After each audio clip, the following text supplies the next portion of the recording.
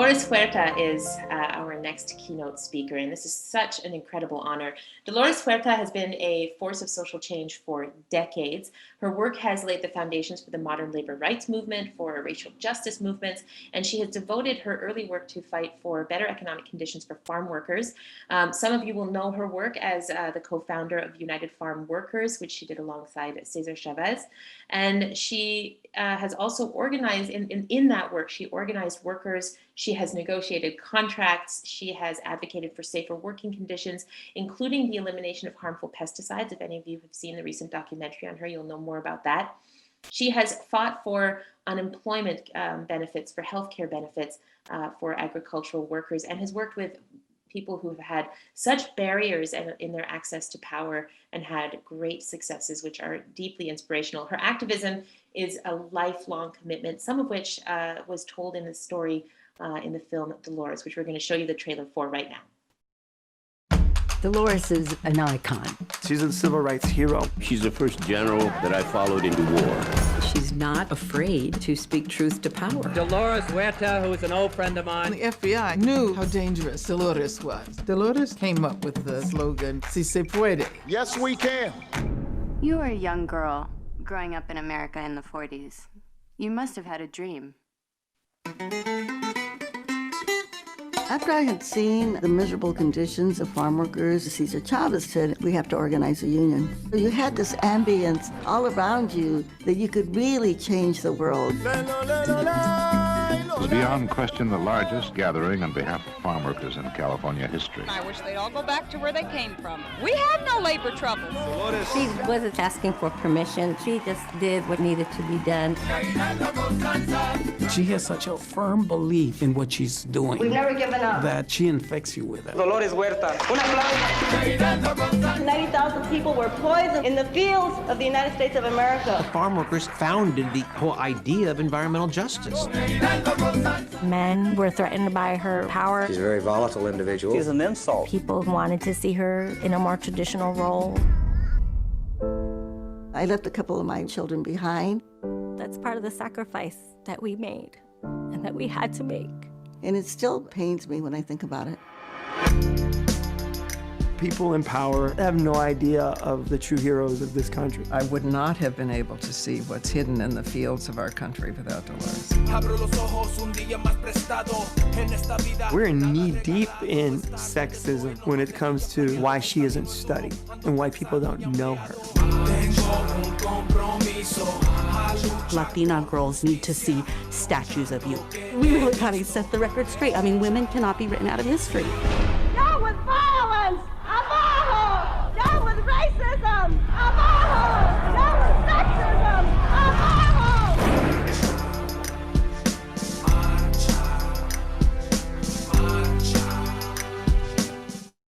That was the trailer from the film Dolores, and you can watch that film, but we have the exceptional honor of having Dolores with us live here today. She's going to deliver our next keynote speech. This is such an honor. Dolores Huerta, welcome.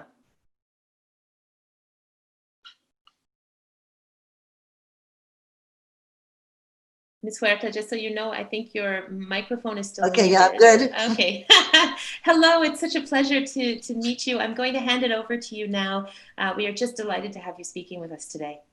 No, thank you very much. It's such an honor to be here with everybody and talking about these really important issues. We're talking about food, we're talking about trade, we're talking about global warming, all of these issues.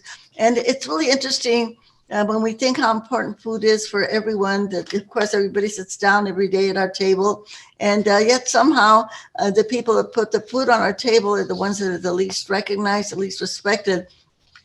And especially in developed countries like the United States of America, where when you think of food, you think of your grocery store, and that's where you're going to go. And so many people don't even think about how the food is picked, how it's prepared, and what the families that have to prepare our food, what they have to go through. And of course, we know that the situation of workers throughout the whole world, where workers are, you might say, always being discriminated. We think about, right now in the United States, we have this great movement about racial justice. And we know that the racial justice issue stems from slavery. And yet, when we think of workers throughout the world, that oftentimes this is the kind of the conditions that they have to live in. And when you think that food is the most important thing that we have, and yet the people that, as I said before, pick the food, prepare the food, are the ones that are least respected and least recognized. We have situations that are happening right now as we speak that really affect food. And I'm particularly referring to what's happening in India right now, where you have thousands of Punjab farmers that have traveled across India to the capital in Delhi in India to protest laws that are being passed right now, that have been passed, that are going to change the whole structure of agriculture in India. And so many of these farmers that have their own land and they have their own systems that they can market the products that they grow, especially the basmati rice. And yet the Indian government has passed laws that is going to really destroy their whole way of life. And this is, of course, what's happening to farmers all over the world. And I do want to quote Vandana Shiva. As she says that these bills that have been passed in the Indian parliament, they would facilitate corporate takeover of farming. It would contribute to the destruction of feminine knowledge at a personal, family, village, and community level. This not only violates women as experts, but since their expertise is a model on nature's system of renewability, it also facilitates ecological destruction of nature's processes and the economic destruction of rural areas. And this is, of course, what happens to farmers. What is happening in India right now is a travesty. And so many of the farmers, when in this reference that I just quoted, so many people don't know that many of the farmers in India are actually women, about 80% of them. And in the area of India, where in the Punjab state, that, although there's a very small population of India's total population, they actually produce most of the food for India as a whole. And of course, this is also very typical of what's happening in other countries. And when we think of the United States of America and the way that we exploit other countries, well, number one, I think we have to come to the defense of these farmers that have traveled in their tractors all across India to go to protest what is happening and the corporate takeover. They have their systems of the way that they produce their rice. They have the systems of marketing that is actually beneficial to them. And yet we see that it seems like they're trying to go to trend with the American system of agribusiness that we have here in the United States of America, and especially here in the state where I am at, in the state of California. And this is, as I just quoted, really destroys their whole communal way of living. So as we go on and we can look and see what's happening in other countries, and we in the United States of America, of course, I guess we are experts at doing the corporate takeover of other people's agriculture and also of their lands. And I'm going to, I love to quote when I speak, I use the word bananas, and I use that to talk about in the United States of America, where everybody has bananas on their table every single day. And yet, when we think of the people that produce those bananas, the people in Central America, the people that have been coming to the United States as refugees, trying to seek asylum in our country. And we think, well, wait a minute, shouldn't they be fabulously rich with all of the bananas that we eat in the United States of America? And yet we know that they're not. Why not? Because the money that we in the United States spend on bananas does not go to the people in Guatemala or El Salvador or Honduras. That money goes to the American corporate farmers like Dole, Chiquita Banana, and these other 50 banana companies. So we know that this system that we have of corporate agriculture is one that is completely destroying not only families and communities, but in some cases also entire countries. And so this is something that we really have to think of. What can we do to change this, to make sure that our farmers and farm workers are protected? And when I speak of farmers, I'm not speaking about the corporate type of agriculture that we have in California. Recently, we had this, as you know, the pandemic that has, of course, affected people all over the world. But here in California, our farm workers were the last to be protected. Because when you have corporate agriculture, well, the corporate owners, they are in their nice, safe offices in San Francisco or Los Angeles, and yet out there in the fields in the San Joaquin Valley of California, the farm workers are out there, but their bosses are not there, and so they really don't really have a lot of concern about whether they're protected from the COVID-19 virus. And so here we have the farm workers that have been so adversely affected, so many of them that have gotten ill, so many of them that have died because they were never given the proper protective equipment that they needed to protect themselves. And not only those that are out in the fields, but those in the packing sheds, in the meat packing sheds, all of these workers that have been so devastated by the pandemic because somehow they really didn't take care of them. So somehow all of the way that workers are treated, it stems from slavery, as we know, and the whole idea that the farmers and small farmers and the farm workers should just have to work for nothing. You know, so this is when you think about this is so upside down of the way that it should be, as I mentioned before, because these are the people that should be the most protected, and because they do the most essential work in terms of feeding all of these nations, and we can extend this whole idea of the fact that farmers and farm workers shouldn't get paid sufficiently for the work that they do. Here in the United States of America right now, the Trump administration has been pushing to try to reduce the wages of foreign workers that are brought in to the United States, workers that are brought in from Mexico and from some other countries. And instead of them getting the minimum wage, they're trying to reduce the wages that they would be receiving. First of all, the employers, when they hire these workers from other countries, they call them H-2A workers. They don't pay Social Security. They don't pay unemployment insurance on these workers. The workers do not have the right to organize into labor unions. So already they are being deprived of benefits that they should be receiving. And yet the Trump administration, again, at the behest of the Gores, is trying to reduce their wages even further. And of course, when they do that, that is also going to affect the wages of all of the domestic workers.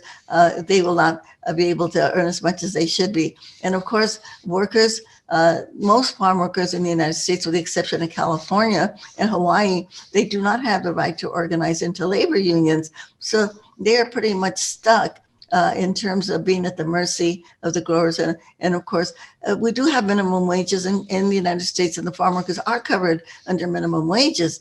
But in California, our minimum wage is what, $13 an hour. But in other parts of the United States, it's only $7 an hour. So you can see that the workers are kind of subjected to these low wages. And in other parts of the United States, they do not get, besides California, they do not get disability insurance. They do not get unemployment insurance.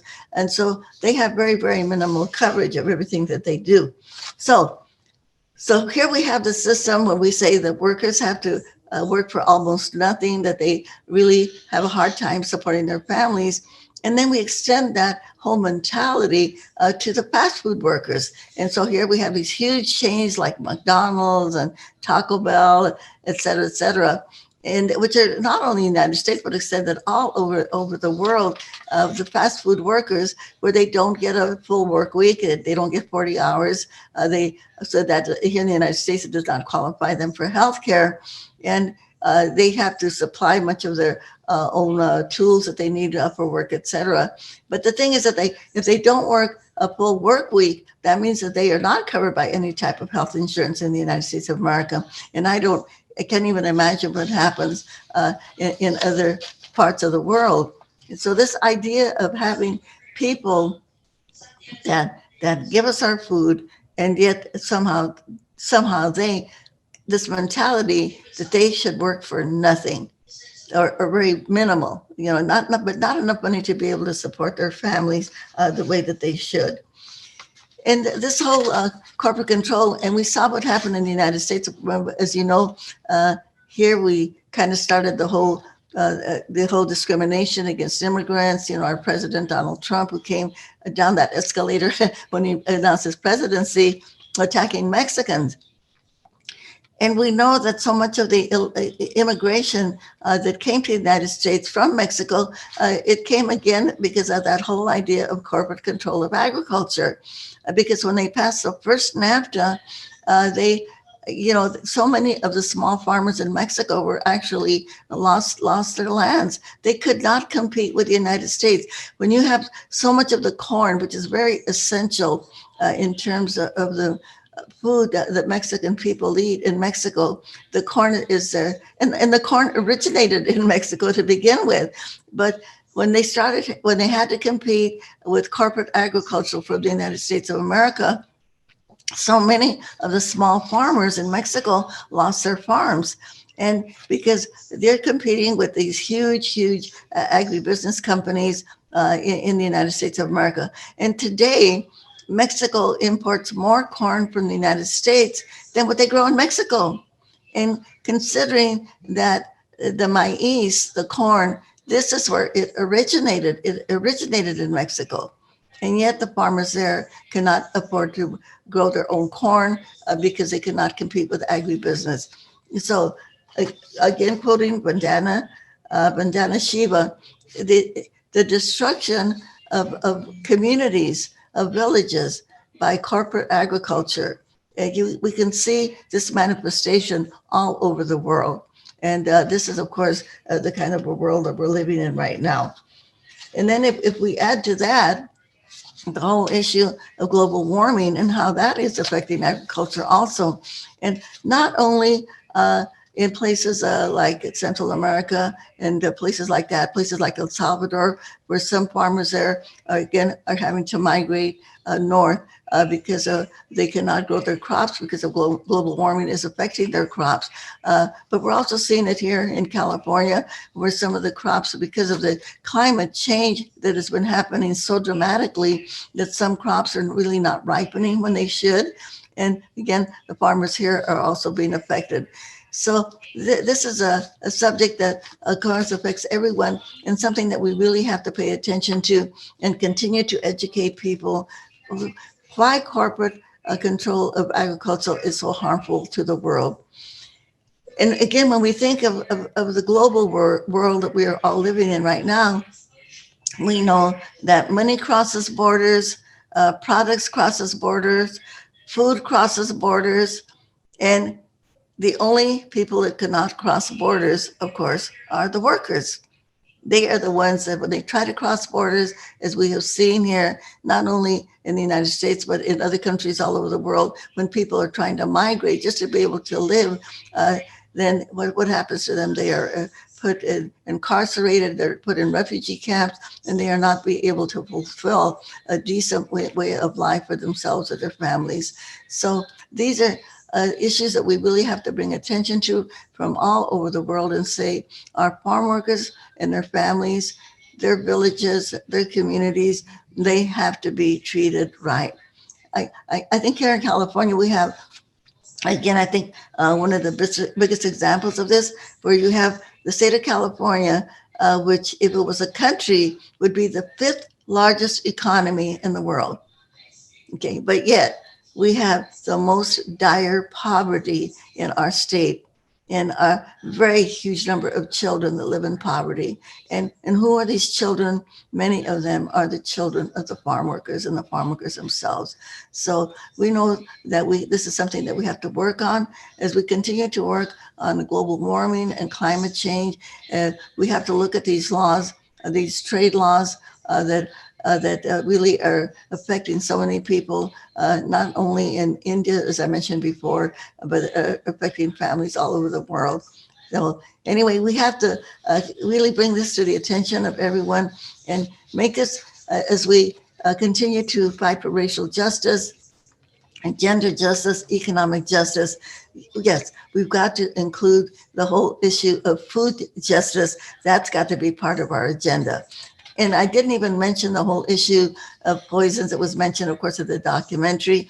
And all that, the issue in the documentary, when we talked about this with the United Farm Workers 40 years ago, it's still with us today. because our food continues to be contaminated. We have, I say, contaminated with poisons that we put on the food. And there seems to be no end to that. And we've got to think of passing legislation that is going to say, not only make the production of our food safe and make it profitable, but for the families that grow the food, but also that we make sure that our food is not poison, because we know that food is nutrition, food is healing, but unfortunately, food is medicine, but also it can also be poison, especially when they have poisons that are actually applied on our food, and they're done in the name of profits, in the name. So we have got to say, no, food cannot be seen as a profit-making venture. Food is something that has to be sustainable, available, affordable, and that we should be able to feed everybody in the world. We should not have anyone that is hungry in our world, because we have the capacity to feed everyone. And we've got to make that a vision that we can actually make happen. Something, a vision that could actually come to fruition to make sure that we don't have any hungry people in our world, and that the people that prepare the food, that transport the food, yes, that deliver the food, that all of those people in all of that big food chain that we have, that yes, that they are taken care of and that their families are taken care of. We could do that. Si se puede, yes, we can. Dolores, thank you so much. Really, such moving words, and the core of what you're speaking about is that dignity, lives that are lived in dignity and in safety, are a project that's going to involve everyone who's listening right now, everyone who's ever taken a bite. We're all part of the system that you're describing. Everyone who's participating from home, we have opened up the possibility for you to submit questions for Dolores. I'm going to chat with her now, and then I'll come to your questions in a moment. We'd love to hear from you. I'm so moved to be able to have this opportunity to speak with you. And something that has really come up in reading about your work and watching the film about your life is that winning trust and creating an open dialogue with farmers and farm workers has been an important part of your success. The ability to go and write contracts, to advocate, to speak on behalf of people was rooted in actually living with them and getting them to build a really deep relationship with you. Can you tell us a little bit about that? Well, the main thing that of the work that we've done is just to make basically get people to stand up for themselves, because ultimately we know, such as what the farmers and the Punjabi farmers in India are doing right now, is that they have to fight for themselves, and they have to be able to change the conditions that they work under. When we come to the issues of corporate agriculture, though, I think that the fight has to take on a different dimension, because this is where we have to think in terms of what do we do in our state legislatures, and to be sure to elect people that are going to fight for workers and fight for small farmers. These are the people that we need to engage. And so we have to kind of look at it, I think, from a global perspective, and think of, I know that there's so many other issues that are pressing, like the pandemic that we're living in right now, but somehow we have to start thinking, might say, bigger and in a larger perspective. And how do we attack this whole system of corporate agriculture? Because it is now so embedded, it's so institutionalized in our world. So, what do we do? What kind of laws can we pass to say that we've got to somehow, we've got to change that structure? Ultimately, we've got to change that structure, and this whole mentality of money as in that food can only be seen in terms of profits, in terms of money, instead of nutrition and of feeding people. So I think that it's something that we really have to focus on and start working on. One of the things that you spoke about in an earlier interview was that everybody has power. What you're describing, the entrenched systems for growing and consuming, buying food, you're speaking about the possibility to reimagine those. But it can be incredibly daunting to imagine trying to take on corporate food systems and reimagine them, challenge them. And this thing that you said was that everybody has power in their body. And it was in the context of working with people, some of whom couldn't read, some of whom couldn't speak the language of the power holders. They were speaking Spanish at home, and unable, not everyone was able to participate in English forums. So when you take people who are so lacking in access to power and position them in this conversation about how are we going to reimagine food systems, how on earth do you make that happen? What is that power you're talking about that everybody has in their body?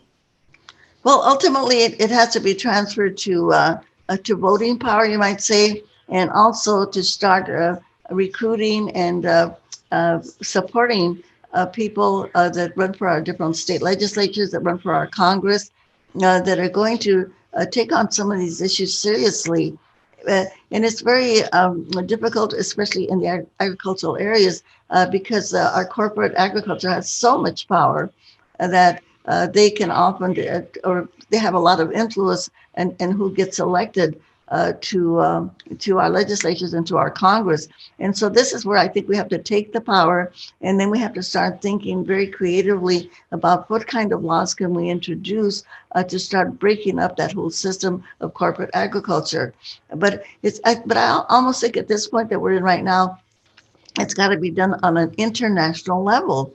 When I was speaking about the Punjab farmers in India right now that are having these huge demonstrations and that the government is attacking them very, very ferociously, their rice is that they grow in Punjab is imported into the United States of America.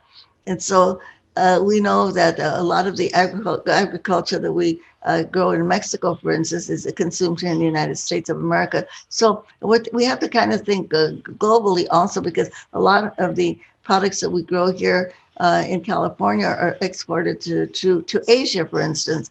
And so it's almost, we have to think of it at different levels, not only at the state, at the national, but also at the international level.